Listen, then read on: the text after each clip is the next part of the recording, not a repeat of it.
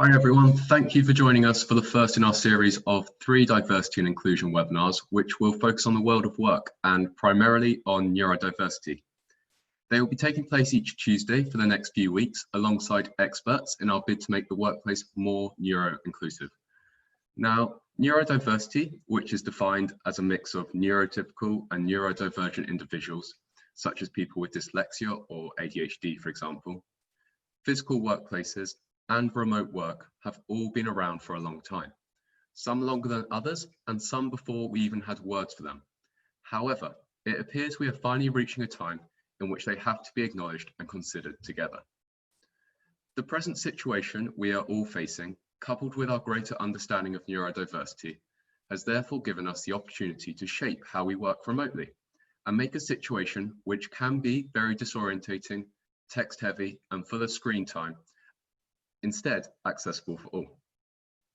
That last aim might sound massive, as everyone is different, but that should be our goal nevertheless. Fortunately, there are a growing amount of resources and practices which can help people with neurological differences whilst remote working, and we will look at some of them during this event. Today then, we are aiming to come together to uncover and discuss just a few of those resources and practices which can help, in the hope that they will be put into action so that we take ownership of remote working and make it neurologically accessible by definition. To help us with our mission, we have Caroline Turner of Creased Puddle and are also going to be calling on you and the mind map you're continuing to contribute to in order to see how we can come to accessibly define remote working. So to kick things off, let's put out there what is already known, which for some of you might be new, and for others, it might be good to hear again.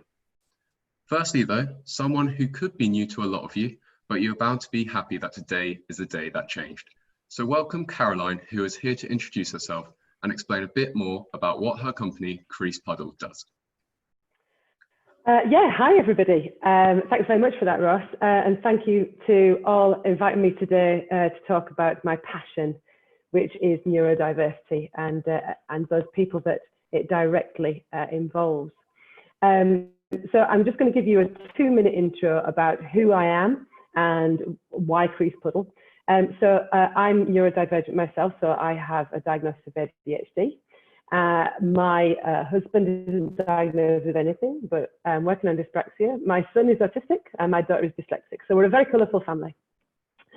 And I suppose I first got involved with inclusion and diversity, which is my expertise.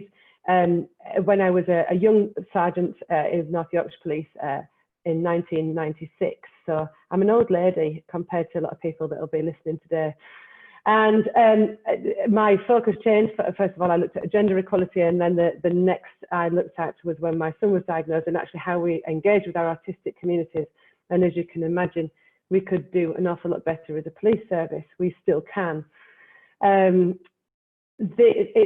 My focus then shifted again when I retired. So I did 23 years as a police sergeant, qualified to inspector, and I was instrumental within those years in setting up the first neurodiversity support group in British policing.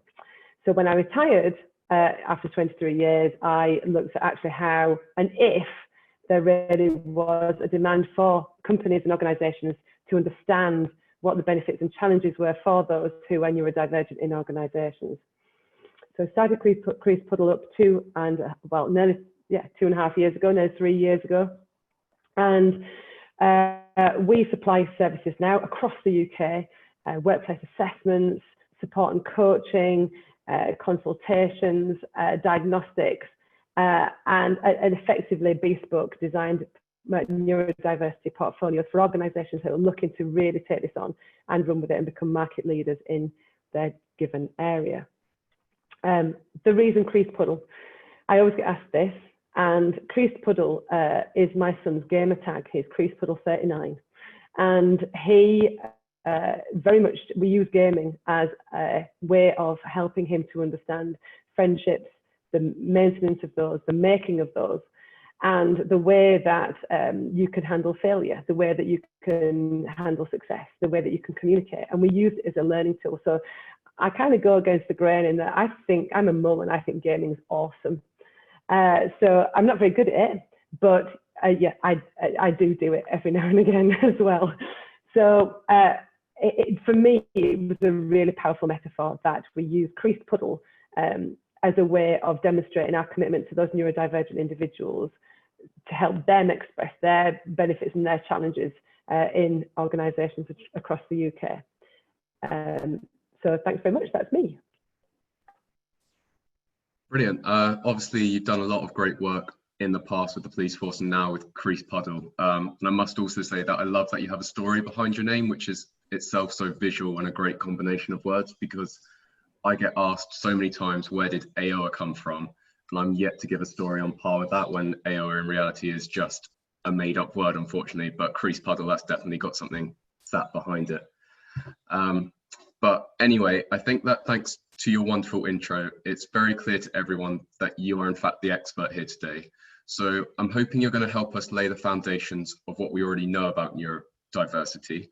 But first of all, you're going to want me to explain how our audience can answer your questions and share their thoughts as we try to improve our understanding of neurodiversity. Is that right? Yes, you're the tech expert. Go for it. Yeah. Okay, so hopefully everyone today has already signed up to their free Ayoa account and can see this mind map, which we publicize to everyone beforehand, and they might have it open on another screen or a different tab. And provided you're logged into your free account and in this mind map, you'll be able to contribute to it in real time as we go on. So with some of Caroline's questions that she's going to ask, like I've just zoomed into in the bottom left here, some of them will be multiple choice, like this one.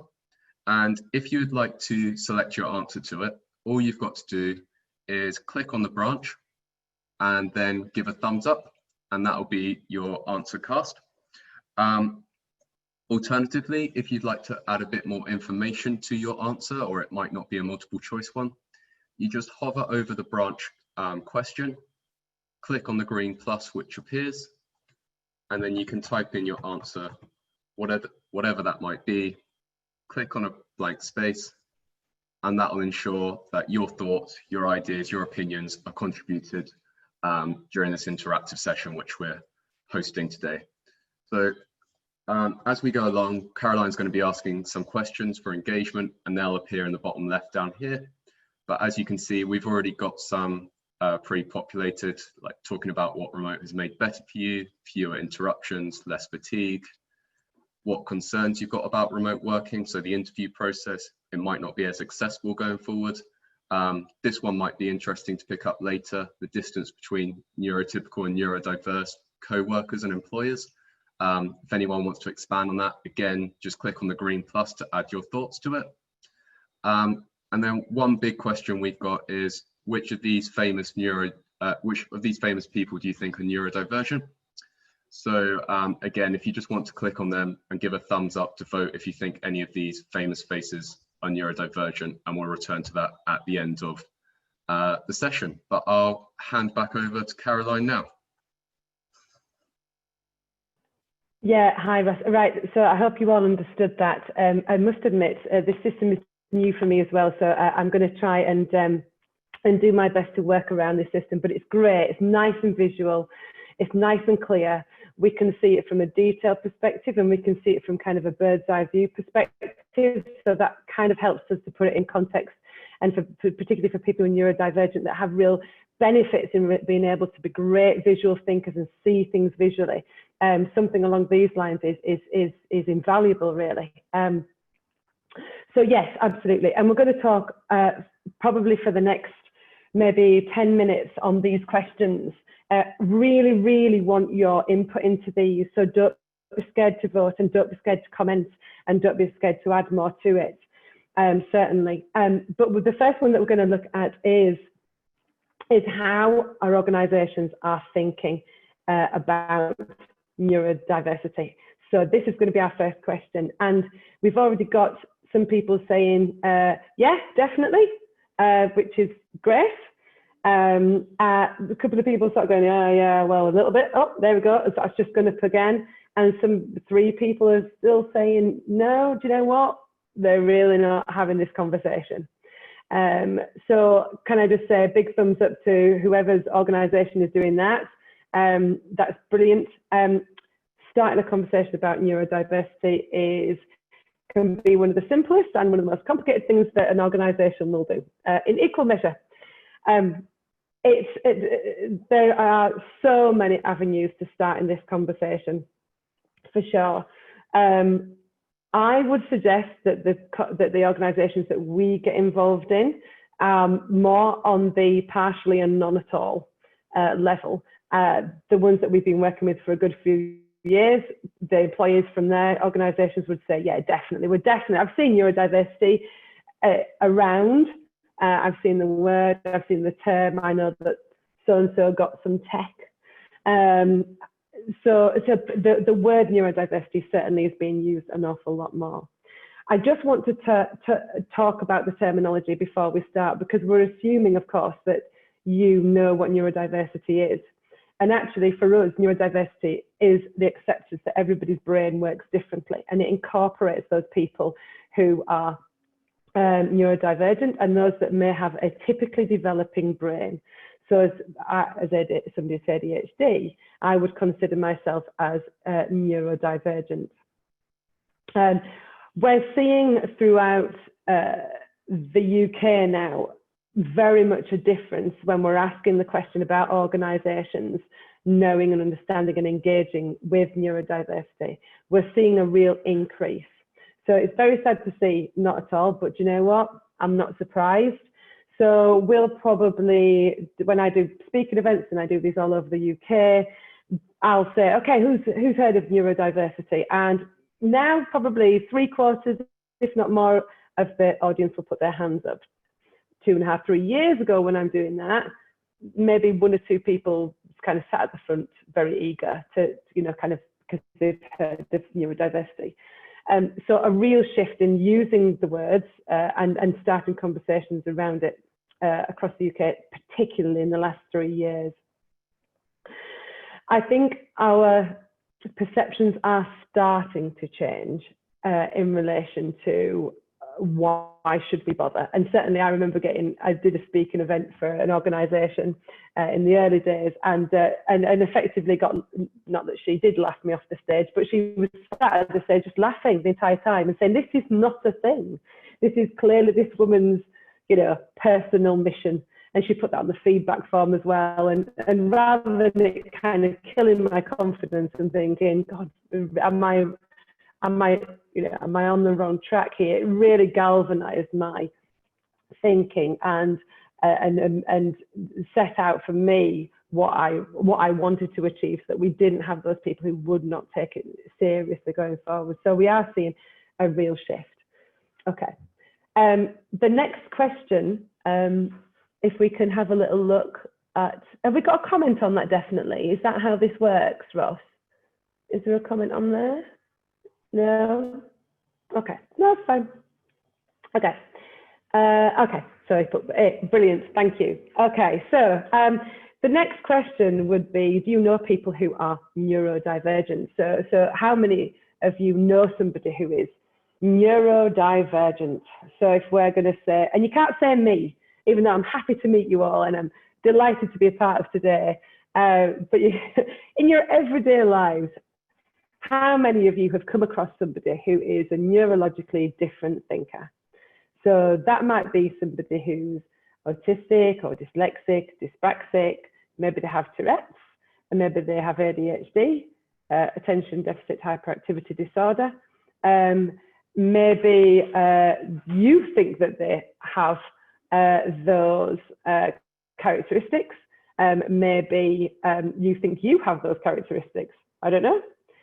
Maybe you've seen, you've engaged with somebody, and sometimes their behaviours might come across as being a little bit quirky, a little bit strange, a little bit weird, as people might describe those behaviours.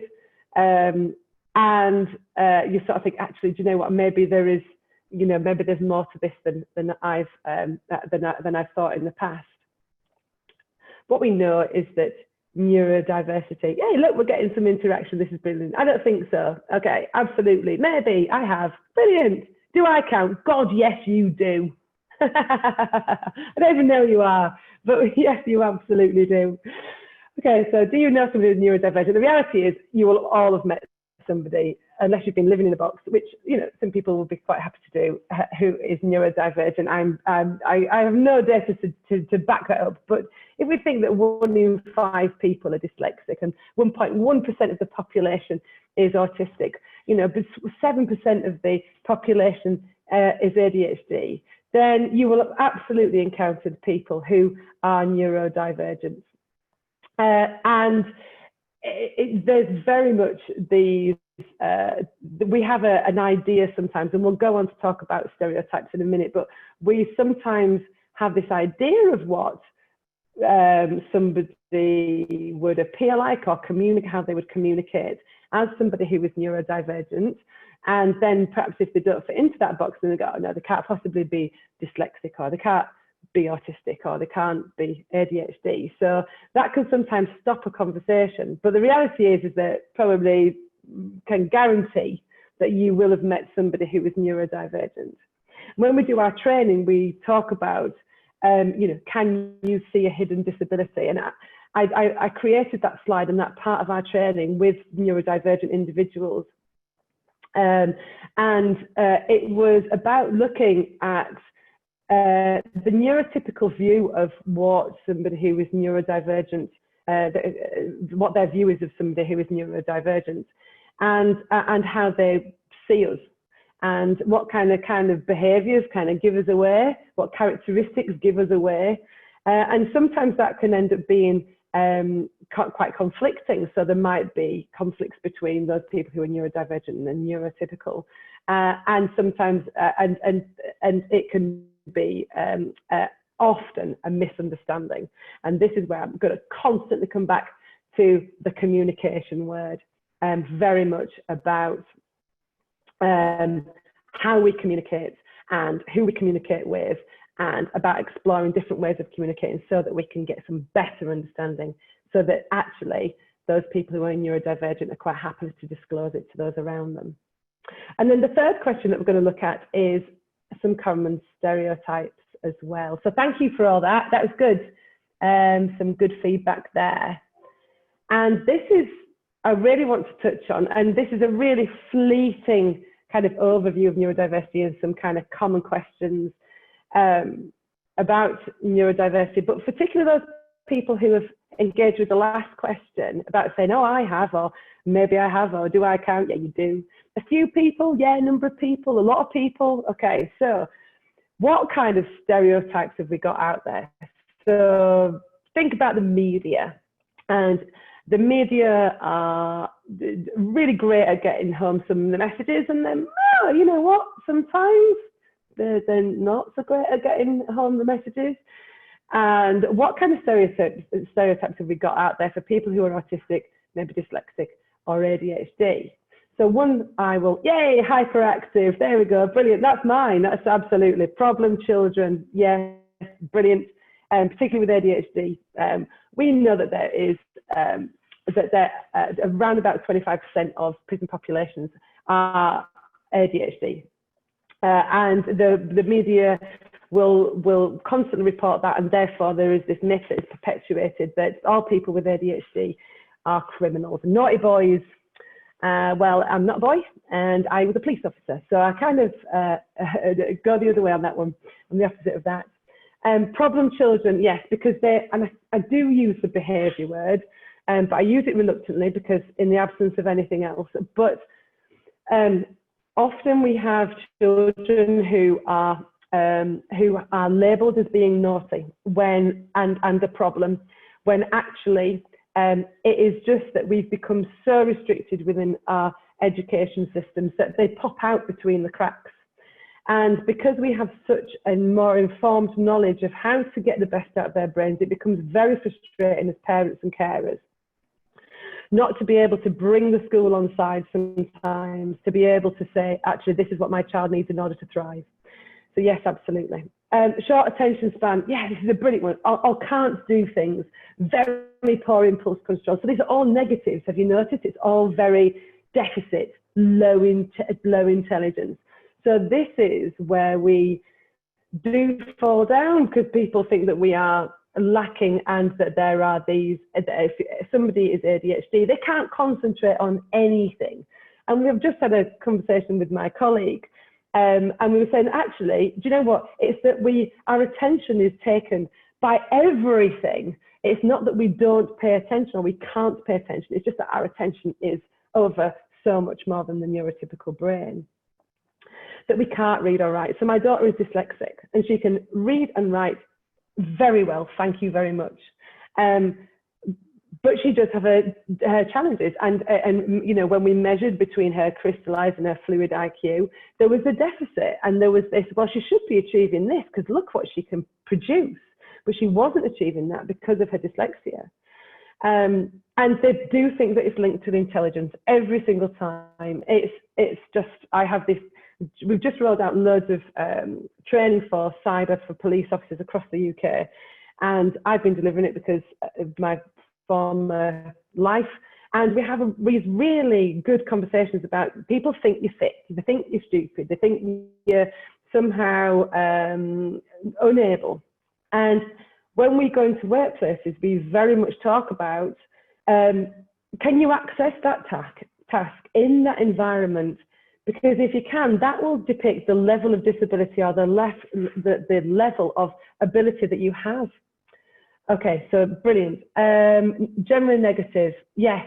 Deficit, disorder, 3 negative terms, absolutely. And you're measured when you are assessed.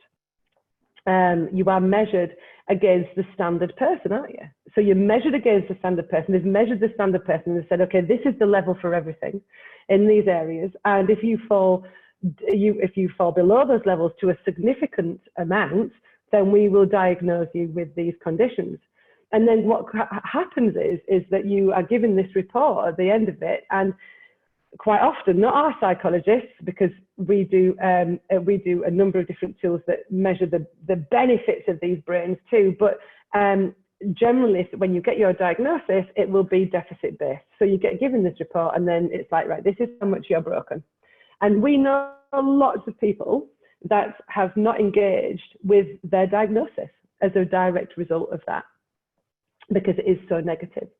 Savant syndrome, absolutely. And I know that there is a lot of empowerment going on with the term superpowers. So people will say, you know, what are your superpowers?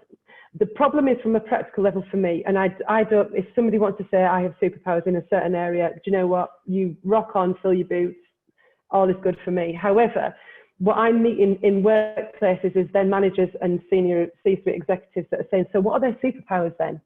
So, and actually, that's kind of gives me a problem, because just like, you know, neurotypical people, you know, are good at some things, so are neurodivergent people, and in some cases the way that their brains are set up, particularly in relation to IT, and I'm trying not to give you too much information here, but actually they can actually be their brains can actually work better than neurotypical brains within certain environments as well. Oh, what else have we got? Difficulty speaking the right words out. Yes, which particularly if you haven't taken your ADHD medication, but luckily I have. So hopefully I'm not speaking too fast, but I do know that I speak very fast. Poor time sense, poor time management. Let's take out the word poor, but yeah, absolutely, that there are challenges in relation to the way that the world has been set up. So neurotypical people, 87% of people, 82% of people, they've set up all the systems and the processes and the procedures, and we have to fit in with that. And we have some challenges in relation to that, particularly, let's suggest, with ADHD, that actually some people I know ADHD are relatively time blind. So this is where tech can be a real benefit. There's some really brilliant pieces of tech out there that can help with that. They get the impression that they're selfish. Absolutely. I was worried before I was diagnosed that if I didn't get diagnosed, that people would just think I was a horrible person. I'm not ADHD. What am I? Just a horrible person. Risk-seeking behaviour. Interesting for ADHD as well. They used to call it a deficit of moral control. Now, what does that say about me? Let's not explore that one. What else have we got? Poor anger management. Yes, absolutely. People think that they just see what they call the behaviour.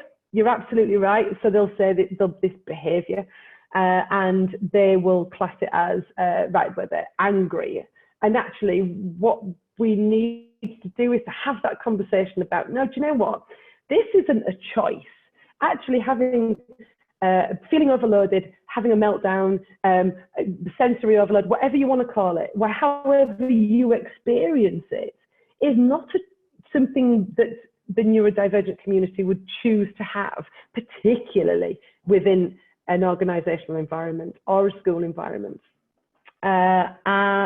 Right, ADHD only for kids. Hey, we could have that conversation all day. Can't take criticism without having a meltdown. Yes.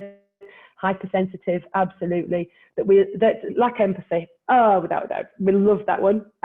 It sits along very nicely with. It sits along very nicely, I think, with can't maintain eye contact, which I've also seen up here.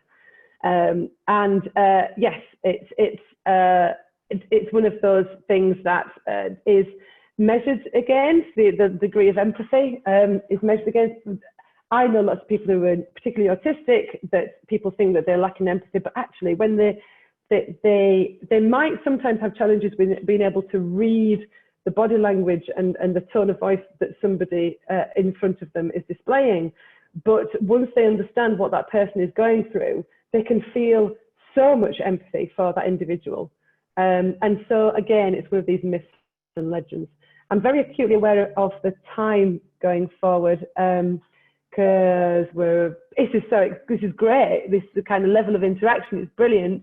But yes, all brilliant, all very relevant, and we could talk forever. So Ross, back to you. Thanks very much. Thank you, Caroline. And yeah, it's great to see the level of interaction we had there, especially with that last question, and it sort of emphasizes how many sort of stereotypes there are out there which maybe need to be addressed. But hopefully going forward in this session we've got today, we've now got a solid foundation of what neurodiversity is, and it's all got us thinking critically about it. But obviously the title of today's webinar moving forward also includes remote working, which I'm going to talk about a little bit briefly now, although I'm sure everyone is very familiar with it these days. And that's the point really, because remote working has seemingly suddenly sprung onto our screens, but in reality it has been around for a long time. It just didn't used to be so common. So some of the main reasons why this was because some employers didn't trust their employees to be productive. Would they know if they're putting in their proper shift, etc. And then some other employees also believed in having people close to one another so they could spring ideas off of each other for inspiration. But in today's climate, obviously, neither of those factors are no longer the priority. The priority is social distancing and staying safe. So people are having to work from home, hence the remote working trend. So despite being around for a while then, remote working on the scale which we are now all experiencing is in fact still quite nascent. So we've been forced to learn a lot about it in a very short amount of time. That's undeniable. But the reality is that it's evolving in front of our eyes. And that's why we've sort of put this on today, and we've all come together in a bid to ensure that by definition, remote working comes to be neuro-inclusive too, moving forward. So obviously, thanks to what Caroline has shared with us and your contributions, it's very clear that we already know a lot about neurodiversity. And we also know quite a lot about remote working, having all lived it. But linking them together could be a totally different story. If we put it one way, we know quite a bit about baked beans, I'd say, and I'd confidently also say that we know a lot about tuna, but I wouldn't say that we should put them together, and I wouldn't know how to do that. I'd rather keep them apart on a menu. But in this case, there is no denying that neurodiversity, accessibility, and remote working have to be considered together. And there's nothing wrong with that. We should embrace it and take it on. So with that in mind, where does that leave us with making remote work accessible to all? So We know that many of the physical accessibility adjustments which exist in traditional workplaces like offices could be translated into people's homes, or they might not need to be, or they are in fact already in place for individuals. But what about intangible modes of accessibility? Well, this is really where digital tools and pieces of assistive tech, such as our own collaborative digital workspace called Ayoa, which you're currently seeing, can come into play. So immediately, some people might therefore be thinking about the magnifier like you have in Windows or text-to-speech. But when it comes to neurodiversity, there is actually a lot more to consider when it comes to making remote working accessible and suitable for people with neurological differences. And I think Caroline has a few suggestions lined up for us, along with the rationale and the reasoning behind them. So hopefully I'll hand back to Caroline and she can talk a bit more about neurodiversity and remote working together. Yeah, thanks for that, Ross. Okay, so if any of you want, we've produced free of charge for anybody who wants it, our offering to you, a booklet called Neuroteam C19. And this booklet was specifically kind of a reaction to lockdown, to COVID.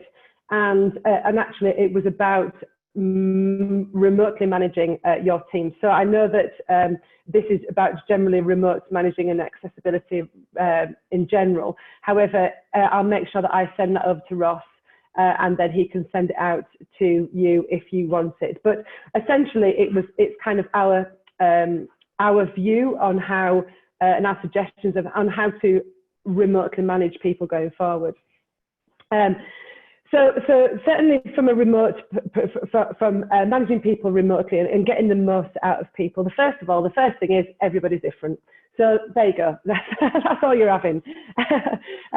Everybody is different. And again, this kind of goes hand in hand with the stereotypes one, doesn't it? In that if your manager isn't educated enough, or if your organization isn't educated enough, they can think, oh, well, do you know what? Actually, so-and-so is autistic, therefore I'm going to manage them like that. And I'm going to manage their remoteness like that as well. We know that that's not helpful. The one thing, and I'm going to say it again, is about communication and agreeing forms of communication. So we're all communicating here today on a mind map.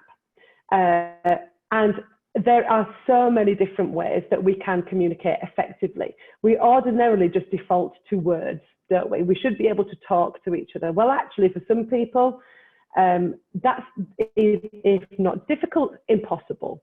And we need to use technology to be able to facilitate that accessibility. And this is where what we've been forced into in relation to the COVID-19 has made us really look at is how do we communicate remotely? And then off the back of that, how do we then manage remotely? How do we make sure that our remote systems are accessible for everybody? So in a kind of a way, for a lot of people who are neurodivergent, the COVID-19, the COVID and the lockdown and the remote working response has forced people who wouldn't ordinarily have thought about remote working to think about it. And then off the back of that, because we know that the Equality Act still applies, whether if you are working remotely, has actually required people to think about that from an accessibility perspective. Okay, so there's various adjustments that can be made, but I'm going to talk from the horse's mouth. So my line manager is ADHD, autistic, and dyslexic. And I'm going to give some top tips from hers. But she has had challenges in relation to isolation. She loves coming to work. That's kind of her social bubble, is coming to work. So for some people, actually having that isolation has been a real struggle. For other people, including my son, it's been the best thing that's ever happened. And he's absolutely thrived. Bloody loved it, actually. The remote working from school. He's 15 now, and he's acing everything. So all is good there. But there are little things that you can do. For example, having that communication, that conversation around video conferencing. We use a load of video conferencing. And I don't know how you engage with video conferencing, but are you comfortable with it? Do you want the camera on? Can you arrange a camera off scenario? Are you happy to use chat and let everybody see, you know, that actually you struggle with spelling, for example? So your whole team is going to know if you're dyslexic and you really struggle with spelling. Typing, maybe you're dyspraxic and actually, do you know what, you're not particularly coordinated on a keyboard. Are there other ways to be able to get that information out of that person's head and into the next person's head that needs it? So it really is about that. It's about facts, dealing in facts, solid evidence, black and white. What does the law say? What are the guidelines, policies? Make sure that you communicate in facts rather than having kind of long-winded, vague conversations. Make sure that people have the whole picture as well as details. Some people will thrive on having lots of detail. Other people will thrive on having a bigger picture. Supply both, and that can help to lower that anxiety. Just because we're working remotely, don't think that you don't have to give feedback, okay? Try, in fact, if anything, try to give feedback instantaneously or certainly more frequently than possible, than you would normally do. And allow the employees to come up with contingencies. They've been in their heads a lot longer than you have. So particularly from an organisational perspective, your employees might be talking, the staff members might be talking about different ways of communicating, different pieces of software and technology, mind maps like this. It's about keeping an open mind. I think we've all sort of got used to technology failing us as well, haven't we? But there is a little bit of, you know, make sure that you as an individual look after yourself and know how to, some coping strategies when technology does let us down. So the internet goes down or the software isn't working or whatever. But it is about knowing yourself and being able to practice some coping strategies so that when it all does start to go wrong, that it doesn't floor you for the rest of the day. We also know that working remotely has its challenges in relation to the typed word. Text messages, emails can often be interpreted wrongly because it doesn't have any tone of voice with it. So often what we're seeing at the moment is some people are communicating, particularly those direct communicators, and they are being taken like you're being too aggressive and you're being too direct, and this person's being too, and actually they're just giving you the information that you wanted in the first place. And it's about helping people to understand they're not being aggressive. You just ask for that information and they've given you it in the most direct way possible. Don't be alarmed particularly now, if we're still remote working, that the individuals want to go back to basics a little bit, want to kind of have that whole kind of,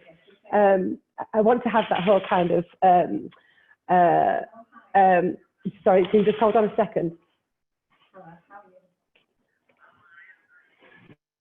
Okay. Want to just have that, taking it back to basics and keeping it plain and simple going forward. Because actually for some people that they've had to kind of they've learned their job in the workplace, but then they want to learn it again working from home. The work, I noticed up there, we've got some work, home, parenting, education. Yes, absolutely. Being able to, some of the challenges that we've had, particularly in COVID, is that the simplistic, clear and quiet areas of offices that people will sometimes thrive in, that doesn't apply to the home environment. So we've got kids running around, we've got a breakdown in routine, we've got having to work at different times of the day, competing demands for office and bedroom, wherever you're having to try and work.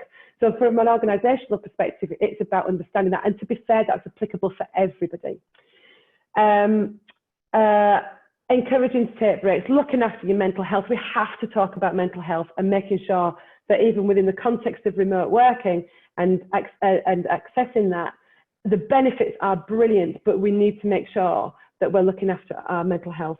I'm very aware, Ross, that I could go on forever with top tips and reasonable adjustments, but it all comes down for me to communicating. If somebody needs extra time, if somebody needs a particular piece of tech, if somebody needs you to understand that they want to work in a different way, it is about agreeing those methods of communication and just people just giving it a go, because you might find that actually that form of communication better than it was before. Thanks. Yeah, definitely. Thank you for those considerations, Caroline. Like you say, time's unfortunately running away from us a bit, but with from the neurodiverse angle, obviously you might have some people with dyslexia and going into the remote working world where things are text heavy, like you said, finding different ways to communicate. People with ADHD or anyone in fact might find the new scenario very distracting. So just trying to techniques to keep yourself in the zone. People with like autism as well, they quite like routine. The change could throw them a bit, but at the end of the day, like you say, it's just about having conversations so you can hear from them themselves about some reasonable adjustments which you should make, and just always keep them in the back of the mind that everyone's different and that you can help by just making small different adjustments.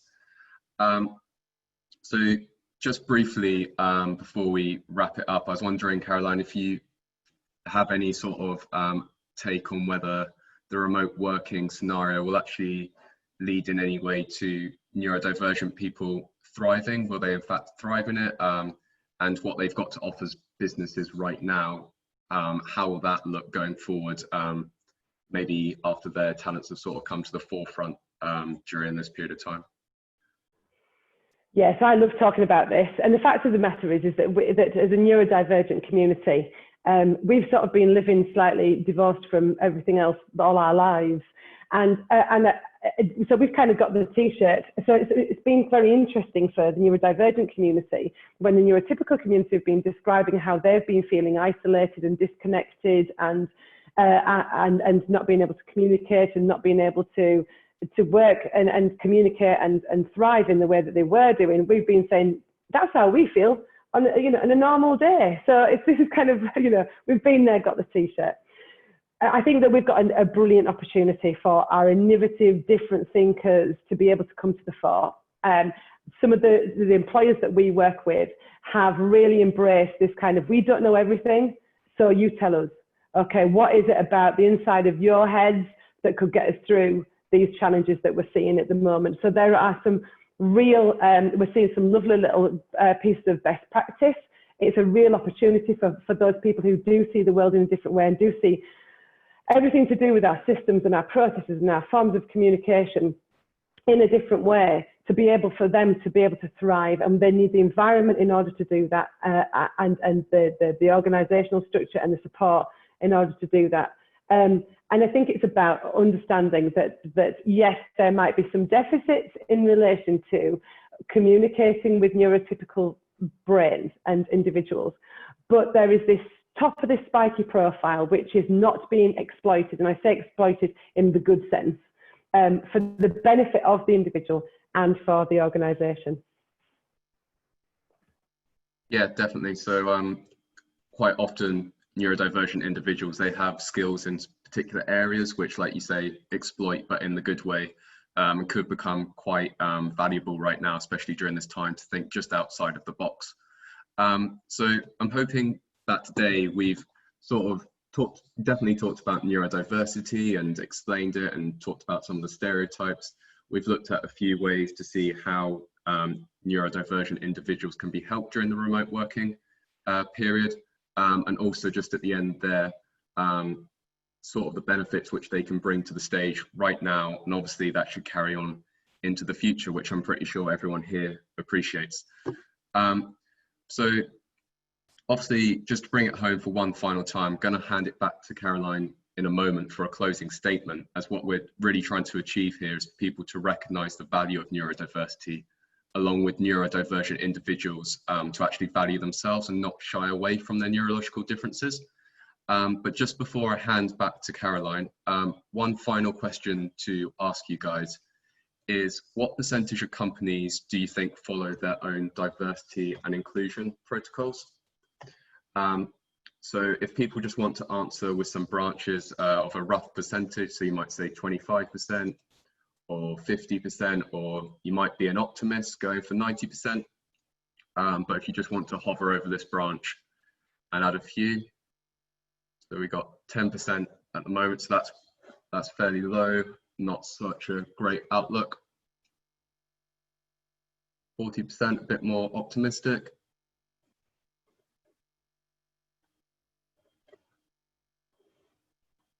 Okay, so people are sort of sticking with the 10%. So as we're running out of time, the actual answer is appallingly just 14%. So that's only 1 in 7 companies actually follow through with their own diversity and inclusion protocols. So that's just something to keep in mind when I hand it back to Caroline for the closing statement today. Yeah, thank you, Ross. I'm sorry if I've chewed your ears off, everybody. And we've only got a very small amount of time in these webinars to kind of just, I suppose, just try and get through a few messages. For those people who are neurodivergent, you are not alone. And for those companies who are interested in knowing more about this, there's a wealth of information out there, not just from us, but from other companies as well, who have set up specifically to help you embed neurodiversity into your everyday. So we have it by design, we have it by design right at the beginning, not by default. So it's about going back to those, the drawing board with some cases, and particularly with HR practice and procedures. It isn't about hitting people over the head with a stick. This is all a growing awareness. It's about holding people's hands and saying, okay, what is it you don't know? Okay, let's just help you with that gap in your knowledge. And particularly in this country, we've got a brilliant network set up across the UK of individuals who are neurodivergent, because without doubt, there should be nothing about us without us. Thanks very much for listening, everybody.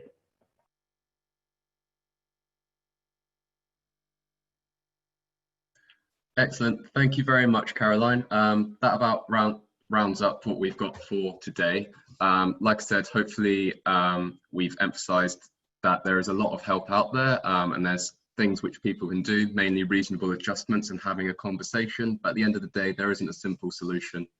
It's all about just making sure that you have conversations with people, listen, and you're flexible to be able to make adjustments which will benefit themselves and companies as a whole and the teams that they work with. I hope you all found it helpful, maybe even enlightening at some points, and that we'll see you again in the future, maybe as soon as next Tuesday for our next interactive session next week, where that time we'll be focusing on employee well-being and true inclusion within the workplace, again with a neurodiversity angle.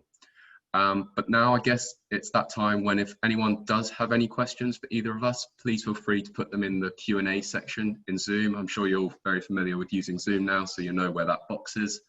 A few people have been putting questions in there. So yeah, if anyone's got any questions, please feel free to add them in.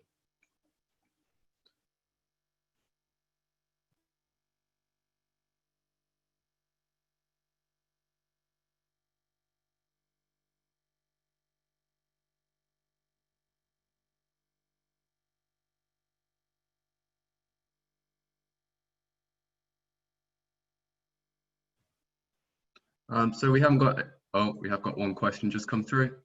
Someone's asking for Caroline's contact info. I'm sure Caroline will be happy to get in touch with you. Is there any way which you'd like us to pass that on to them, Caroline? Yeah, so yeah, thank you for that. So if anybody does want any further details, it's Creased Puddle. So it's Caroline at creasedpuddle.co.uk is the email address. If you want to send me an email, more than happy. Or if you just want to look at the website, if you want to particularly look at the blog, and then you can see some of the kind of work that we've been doing over the last couple of years. But yes, it's Creased Puddle website. You can send an email through there. There's a telephone number on there as well. More than happy to chat with any of you. That's great. And obviously you talked about the publication which you did earlier this year, which is actually how I first come across Creased Puddle, and we'll be sure to send that out on behalf of Caroline to everyone if they're interested in it.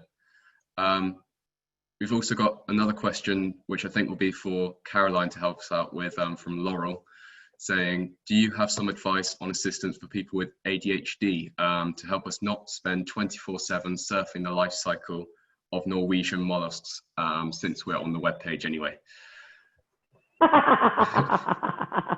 No. Oh, do it. Yeah, I don't know whether or not you have signed up to Attitude Magazine. Attitude Magazine has got some great resources in. It's free, and that's got some. It talks about procrastination and about hyperfocus and about time blindness, which I guess, is kind of what you're alluding to in there. There's certainly for me, it's been a nice blend of having the right people around me, getting my medication right. Medication for me has been just an eye-opener, and it's not something that I'd ever explored before up until just recently. But for me, it's been brilliant. Yeah, get some burpees done before you need to sit down and get some work done. That's great. So Laurel's just asking for confirmation on the website which you recommended. He's asking if it's Additude, spelled A-double.